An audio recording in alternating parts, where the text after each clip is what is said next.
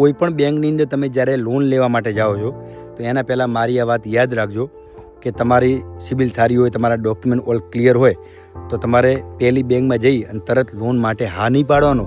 પહેલાં 4-5 બેંકમાં જઈને તપાસ કરવાની કે સૌથી સસ્તી લોન તમને ક્યાં આગળ મળવાપાત્ર છે. કારણ કે લોન આગળ જતાં તમારે જ ભરવાની છે, તમારે કંઈ ડિફોલ્ટ તો નીકળવાનું નથી. તો લોન જો તમારે જ ભરવાની હોય તો પહેલાં તો તમને ખબર હોવી જોઈએ, તમને સસ્તામાં સસ્તી લોન મળવી જોઈએ.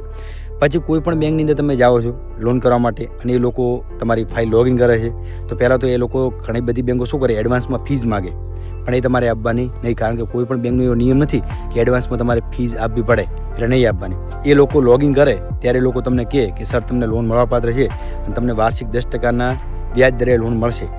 તો તમારે ચોખ્ખી ના પાડી દેવાની કે ભાઈ મને આ બેંક 8% વ્યાજ દરે લોન આપે છે, તમે જો કરી આપતા હો તો કરી આપો, તો એ લોકો તમને કરી આપશે.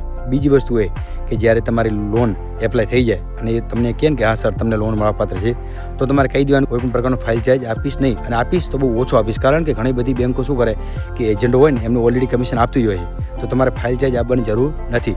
પછી પહેલાં ક્લિયર કરી દેવાનું કે કોઈ પણ હિડન ચાર્જ ના હોવું જોઈએ, કોઈ પણ ક્લોઝિંગ ચાર્જ ન હોવું જોઈએ. આ બધી ચોખવટ કરી અને પછી જ લોન લેવાની, કારણ કે લોન લઈ અને લોન તમારે જ ચૂકવવાની છે ભાઈ, બીજો કોઈ વ્યક્તિ ચૂકવવા આવવાનું નથી. તો હરેક વસ્તુ તમને ખબર હોવી જોઈએ, દરેક પ્રકારનું તમારા જોડે નોલેજ હોવું જોઈએ.